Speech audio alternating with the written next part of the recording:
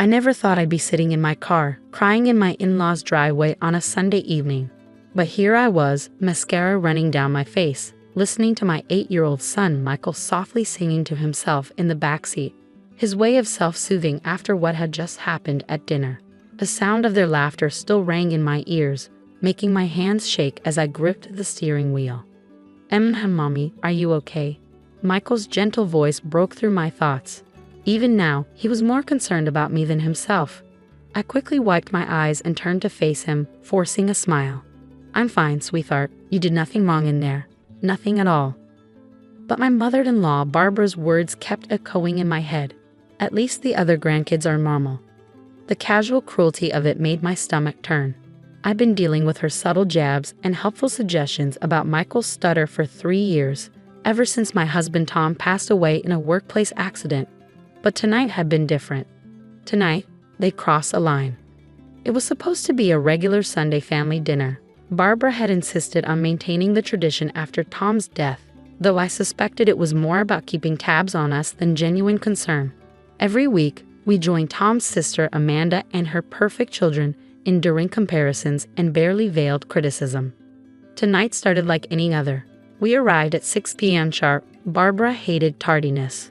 Michael was wearing his favorite blue sweater, the one that matched his eyes. He'd been excited all day because he'd finally mastered a new tongue twister in his speech therapy sessions. "Remember, sweetie," I told him as we walked up the manicured path to the front door, "you don't have to say grace if you don't want to. We can just." "I do want to, Mom," he'd insisted, his determined expression so much like his father's that it made my heart ache. I practiced.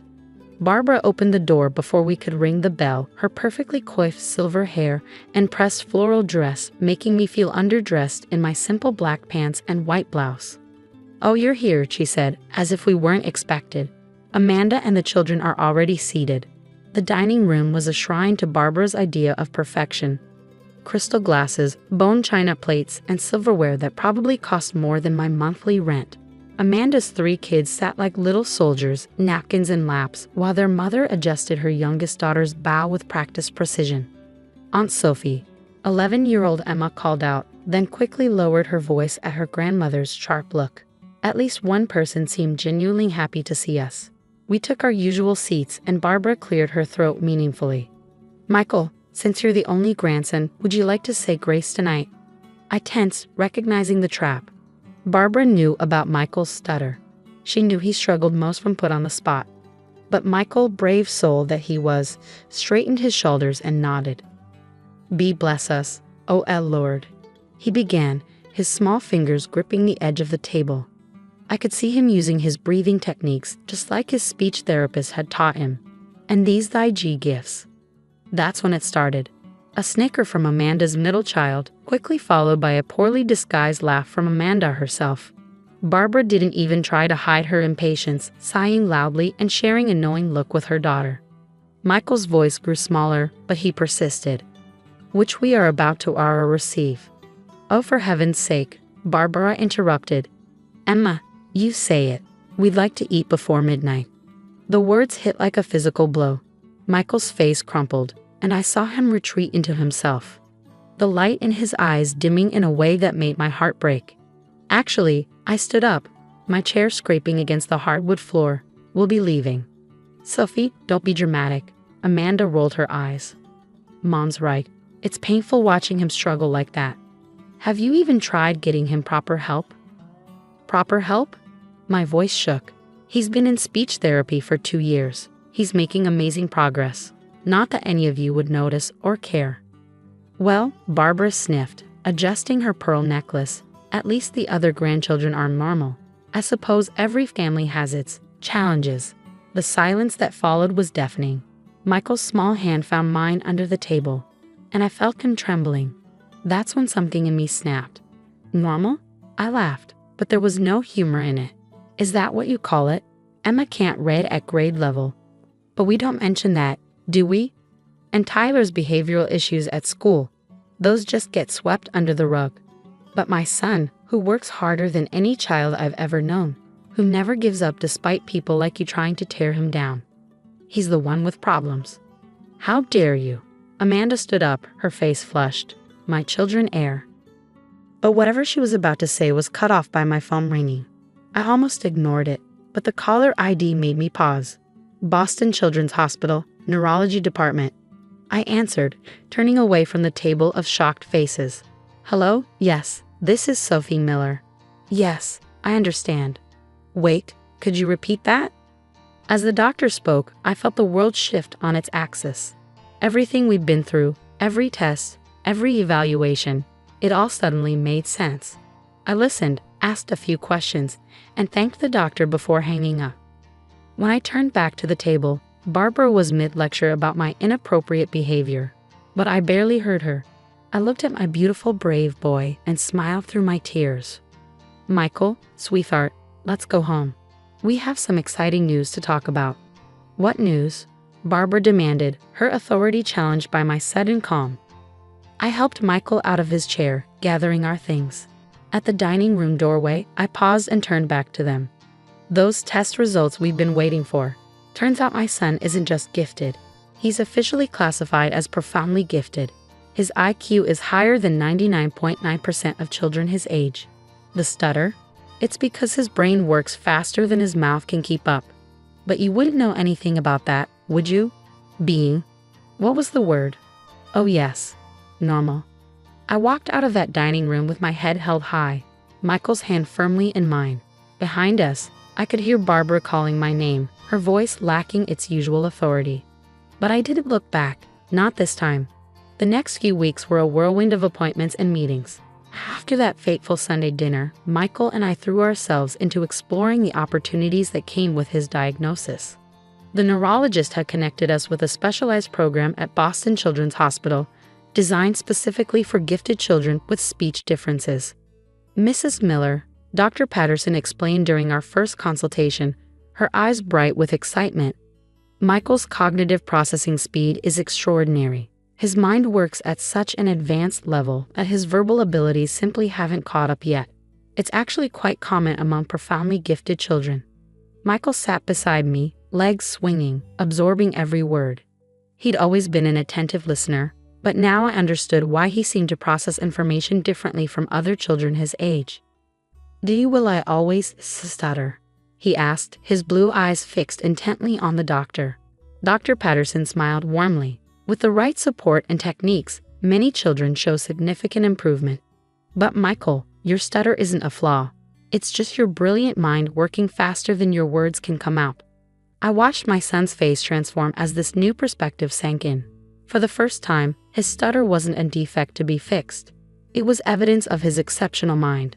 The calls from Barbara and Amanda started the very next day after we left dinner. At first, I let them go to voicemail, focusing instead on Michael's new journey. But they were persistent.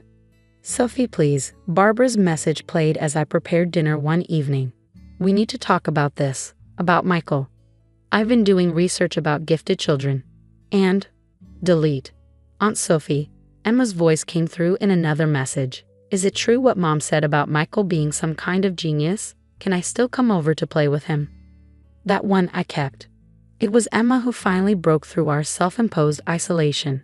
She showed up at our door one Saturday morning, clutching her backpack and wearing a determined expression that reminded me of her Uncle Tom. I missed you, Emma, Michael said, his face lighting up at the sight of his cousin. I missed you too, she replied, then turned to me. Aunt Sophie, can I please stay? Mom doesn't know I'm here. I took the bus. I should have sent her home immediately, but something in her eyes, a mixture of defiance and hope, made me pause. I called Amanda to let her know where Emma was, enduring a brief tirade before she reluctantly agreed to let her daughter stay for a few hours. Watching Michael and Emma together that afternoon was eye-opening. They fell into their old rhythm instantly, with Emma patiently listening as Michael explained his latest science project about solar systems. She never rushed him, never finished his sentences. When he stuttered, she simply waited, genuinely interested in what he had to say. You know, Emma confided in me while Michael was getting them snacks. I always knew Michael was special. He helps me with my reading sometimes. He never makes fun of me like Tyler does. The doorbell rang again around 4 p.m. This time it was Barbara, come to collect Emma. She stood on my porch, looking somehow smaller without her usual air of superiority. Sophie, she began, then stopped, seemingly at a loss for words. I waited, one hand on the door, ready to close it if necessary. I've been doing a lot of thinking. About Michael. About how we've treated both of you. Now isn't the time, Barbara, I said firmly. Please, she persisted. I found some old videos last week of Tom at Michael's age. Did you know he had a stutter too? I felt like I'd been punched in the gut. What? He worked with a speech therapist all through elementary school. I was so focused on fixing him that I never considered. She pulled out her phone, hands shaking slightly as she opened a video. There on the screen was my late husband as a child, standing at what looked like a science fair. He was trying to explain his project, stuttering over certain words, but his eyes shone with the same intelligence and determination I saw in Michael every day. Tom outgrew his stutter eventually, Barbara continued, her voice thick with emotion. But I never stopped pushing him to be normal. Even after he became successful, I kept pushing. Maybe that's why he was working such long hours at the construction site that day. She broke off, tears falling freely now. Inside, I could hear Michael and Emma laughing over something, the sound of innocent joy floating through the house. I can't change the past, Barbara said finally. I couldn't protect my son, but I'd like a chance to do better by my grandson. If you'll let me. I looked at her standing there, this proud woman humbled by regret and revelation. Part of me wanted to shut the door, to protect Michael from any more potential hurt. But another part, the part that remembered how much Tom had wanted his mother's approval, made me hesitate. Michael has a presentation at the Gifted Programs Science Symposium next week, I said carefully. If you'd like to come, you can see for yourself what he's capable of. But I held up a hand as hope bloomed on her face. There are conditions, no criticisms, no comparisons, and absolutely no talk about being normal. Barbara nodded eagerly, looking more like an uncertain grandmother than the imperious matriarch I'd known for years. Can Mom come too? Emma piped up from behind me, making us both jump. She and Michael stood in the hallway, their faces hopeful. I looked at my son, silently asking if this was what he wanted. He gave me a small nod. Yes, he said clearly. I do want to show everyone my project about quantum physics. Barbara's eyes widened at the word quantum, and I saw the moment she truly began to understand just how special her grandson was, not despite his differences, but because of them. The day of the science symposium arrived bright and clear. Michael stood before his presentation board in the Boston Children's Hospital auditorium, wearing a crisp blue button-down shirt and his father's old lucky tie, which I carefully shortened for him. His project, Understanding Quantum Entanglement for Kids, had already drawn attention from several of the program directors. Are you sure they're coming? Michael asked for the third time, adjusting his note cards. They promised, I'd assured him, though I was also anxiously watching the entrance. Just then, I spotted them, Barbara, Amanda, and Emma, making their way through the crowd. But they weren't alone. Behind them trailed Amanda's other children, Tyler and Lily, and even a few extended family members I hadn't seen since Tom's funeral. We wouldn't miss this for the world, Barbara said as they approached, her voice lacking its usual sharp edge. She traded her formal attire for a sweater with planets and stars on it, an obvious attempt to connect with Michael's interests that brought an unexpected lump to my throat. Emma immediately rushed to Michael's side. Can you show me your project before it starts? As Michael began explaining his work to his cousin, using his breathing techniques when needed, I noticed something remarkable. He was stuttering less than usual, his excitement about the subject matter helping the words flow more smoothly. The rest of the family gathered around, and to their credit, they listened without interruption. Ladies and gentlemen, the program director's voice came over the speaker system.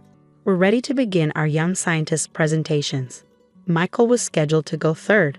As we took our seats, Barbara squeezed my hand briefly, a gesture so unexpected I almost pulled away. But the worry in her eyes was genuine. The first two presentations were impressive, one about marine biology, another about renewable energy. Then it was Michael's turn. He walked to the podium, took a deep breath, and began. Key quantum entanglement sounds complicated, he started, his stutter present but not stopping him. But imagine you have two best friends who always know what the other is thinking, no matter how far apart they are. What followed was 12 minutes of the most engaging explanation of quantum physics I'd ever heard, delivered at a level children could understand while still maintaining scientific accuracy. Yes, he stuttered. Yes, some words took longer than others. But his passion and intelligence shone through so brightly that nobody seemed to notice. I glanced at Barbara during the presentation. She sat with her hand pressed to her mouth, tears sliding down her cheeks. Amanda looked stunned, while Emma was beaming with pride. Even Tyler and Lily were leaning forward in their seats, genuinely engaged. When Michael finished, the applause was thunderous. The program director approached the podium, smiling broadly. I'm pleased to announce that Michael Miller's project has been selected for presentation at the National Youth Science Congress in Washington, D.C. next month. The family erupted in cheers. Barbara was the first one out of her seat, pulling Michael into a tight hug. You remind me so much of your father, she whispered, loud enough for me to hear. He would be so proud of you, and I'm sorry, so sorry, that I couldn't see it sooner. Later, as we gathered in the reception area, Michael was surrounded by his cousins, all eagerly asking questions about his project. I stood back, watching the scene unfold, when Barbara approached me again. Sophie, she said quietly, I have something for Michael. And for you. She pulled an envelope from her purse. Inside was a photograph I'd never seen before. Tom, at about Michael's age, standing proudly next to his own science project. Tom won first place that year, Barbara explained, her voice thick with emotion. He studied so hard, practiced his presentation for weeks. Just like Michael, I pushed him to overcome his stutter, but I never really celebrated his brilliance. I won't make the same mistake with my grandson. She paused, then added, I've set up a college fund for Michael. It's the least I can do. Barbara, we don't need. Please, she interrupted. Let me do this. Not because I feel guilty, though I do, but because Michael deserves every opportunity to develop his gifts. And because, she took a shaky breath, because that's what Tom would have wanted. Watching Michael with his family now, seeing him accepted and celebrated for exactly who he was, I felt the last pieces of hurt begin to heal. He caught my eye across the room and gave me a bright smile. His father's smile, before turning back to explain something to Tyler about parallel universes. He's going to change the world someday, Barbara said softly. I nodded, thinking of how he'd already changed ours. He already has. That evening, as I tucked Michael into bed, he asked, Mom, do you think Dad would have understood my project? Oh, sweetheart, I smiled, showing him the photograph Barbara had given us. I think he would have loved every word. Michael traced his father's face in the photograph, then looked up at me with those wise eyes that held so much understanding. I'm glad they came today. All of them. Me too, baby, I said, kissing his forehead. Me too. As I turned out his light, I realized that sometimes the biggest achievements aren't measured in awards or recognition, but in the moments when people open their hearts to understanding. My brilliant boy with his beautiful mind had taught us all that lesson, one stuttered word at a time.